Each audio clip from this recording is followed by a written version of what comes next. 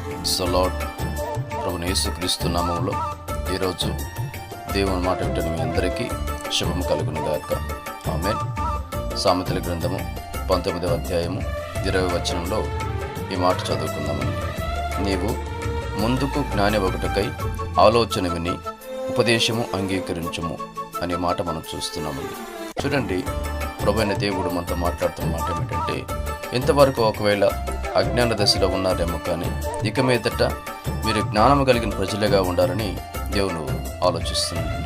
కాబట్టి మనము జ్ఞానము కలిగి జీవిస్తే కనుక మనకు రావాల్సినటువంటి ఆశీర్వాదం కావచ్చు, దీవెన కావచ్చు, అవన్నీ కూడా దొరుకుతాయి ఉంటుంది. అది ఏం చేయాలంటే, దేవుడు చెప్పే ఆలోచన విని ఆయన ఇచ్చే ఉపదేశమును మనం అంగీకరించినట్లయితే మనము కూడా జ్ఞానవంతులుగా మార్చబడతాము.